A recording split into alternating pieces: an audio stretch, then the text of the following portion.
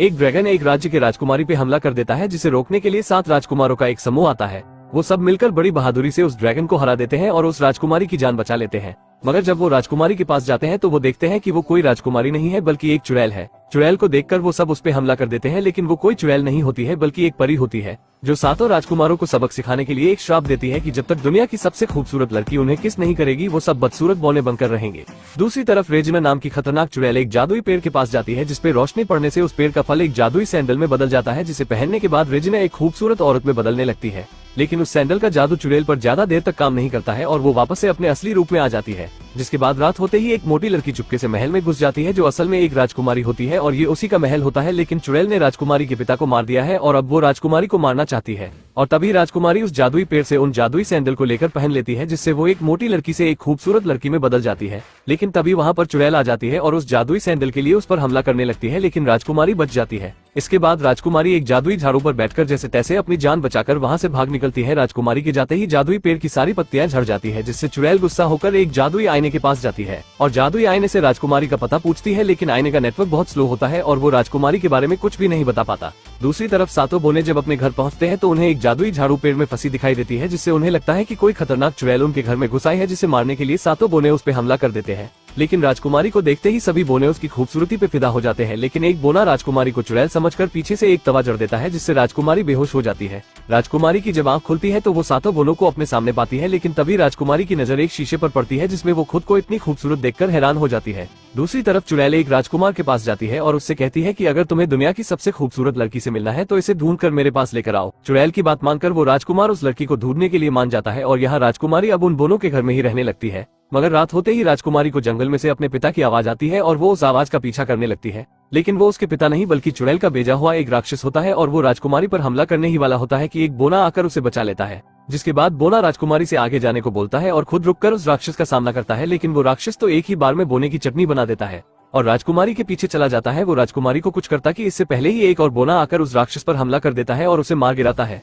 लेकिन इस बीच वो खुद घायल हो जाता है और वो राजकुमारी से कहता है कि अब मेरे जाने का समय आ गया है। तभी वहाँ पर 2 और बोने आ जाते हैं और तब पता चलता है कि ये भूतनी का तो बस नाटक कर रहा था। जिसके बाद सभी बोने राजकुमारी से जंगल में आने का कारण पूछते हैं। तब राजकुमारी बताती है कि मैं अपने पिता को ढूंढ रही हूँ, जिस पर सभी बोने राजकुमारी की मदद करने को मान जाते हैं और सभी शहर में उसके पिता को ढूंढने लगते हैं। लेकिन तभी राजकुमार के भेजे हुए सैनिक राजकुमारी को देख लेते हैं और उसका पीछा करने लगते हैं, जिनसे बचकर वो भागती है, मगर आगे रास्ता खत्म हो जाता है और तब वो अपने सैंडल उतार देती है, जिससे दोबारा वो मोटी लड़की बन जाती है और सैनिक उसे पहचान नहीं पाते। मगर कुछ सैनिक उसके मोटापे का मजाक उड़ाते हैं और उससे उसकी सैंडल भी छीन लेते हैं, जिसे देखकर राजकुमारी अपनी मदद के लिए उन बोनों को बुलाती है, लेकिन बोने उसे पहचान नहीं पाते। तब वो खुद ही उन सैनिकों से मुकाबला करती है, लेकिन सैनिकों की संख्या ज्यादा होने की वजह से वो उसे घेर लेते हैं। लेकिन तभी एक बोना आकर उसे बचा लेता है और उसकी सैंडल भी उसे वापस कर देता है। राजकुमारी दोबारा से जादुई सैंडल को पहन लेती है और फिर सभी अपने घर के लिए रवाना होते हैं। मगर जब सभी घर पहुंचते हैं तो देखते हैं कि राजकुमार अपनी पूरी सेना के साथ उनका इंतजार कर रहा होता है। सभी बोने राजकुमारी को बचाने के लिए अपनी पूरी जी जान से उनका मुकाबला करते हैं, लेकिन राजकुमार की सेना के आगे वो टिक नहीं पाते। तभी उन्हीं में से एक बोना राजकुमारी को बचाने के लिए अपने घर को ही पूरी सेना पर गिरा देता है। अपनी सेना को हारते देख राजकुमार डरकर वहाँ से भाग जाता है और जब राजकुमार अपने महल जाता है तो वहाँ पर वो चुड़ैल उसका इंतजार कर रही होती है। चुड़ैल राजकुमार से कहती है कि तुम बहुत कमजोर हो, जो एक लड़की को भी पकड़ नहीं पाए, जिससे राजकुमार को बहुत गुस्सा आता है। लेकिन चुड़ैल राजकुमार को एक सेब खाने को देती है और कहती है कि इससे तुम बहुत ताकतवर बन जाओगे। राजकुमार और उनके साथी चुड़ैल की बात मानकर उस सेब को खा लेते हैं, लेकिन वो ताकतवर नहीं बनते बल्कि वो एक बड़े से मॉन्स्टर में बदल जाते हैं। जिसके बाद चुड़ैल उन्हें आदेश देती है कि सभी बोनों को मारकर उस लड़की को मेरे पास लेकर आओ। और यहाँ राजकुमारी मलिंग के साथ आसमान की सैर कर रही होती है और मलिंग का ध्यान नहीं होता और दोनों एक पेड़ से टकराकर नीचे गिर जाते हैं और अपने साथियों से बिछड़ जाते हैं। तभी इस बीच चुड़ैल के भेजे वही मॉन्स्टर इन पर हमला करते हैं, जिनका मलिन अपनी पूरी बहादुरी से सामना करता है, लेकिन वो मॉन्स्टर अभी भी उस पर भारी पड़ रहे होते हैं। मलिन राजकुमारी को बचाने के लिए उसे पुल की दूसरी तरफ जाने को बोलता है और राजकुमारी के जाते ही वो पूरे पुल को ही अपनी बिजली की शक्ति से उड़ा देता है, जिससे मॉन्स्टर खाई में गिर जाते हैं। लेकिन एक मॉन्स्टर मलिन को पकड़ लेता है और दोनों नीचे खाई में जा गिरते हैं। ये देखकर राजकुमारी मलिन को बचाने के लिए समुद्र में कूद जाती है और मलिन को बचाकर समुद्र से बाहर ले आती है।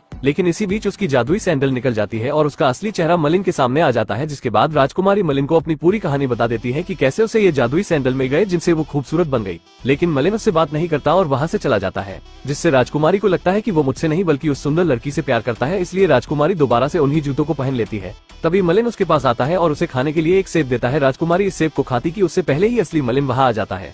दरअसल ये मलिन नहीं बल्कि वो चुड़ैल होती है, जो राजकुमारी को पकड़ने के लिए मलिन के रूप में आई होती है और तभी वो राजकुमारी को पकड़कर अपने साथ ले जाती है। राजकुमारी को बचाने के लिए मलिन भी उसके पीछे पीछे महल में चला जाता है, जहाँ चुड़ैल मलिन को पकड़ लेती है और राजकुमारी से कहती है कि अगर इसकी जान बचानी है तो तुम्हें ये सेब खाना होगा।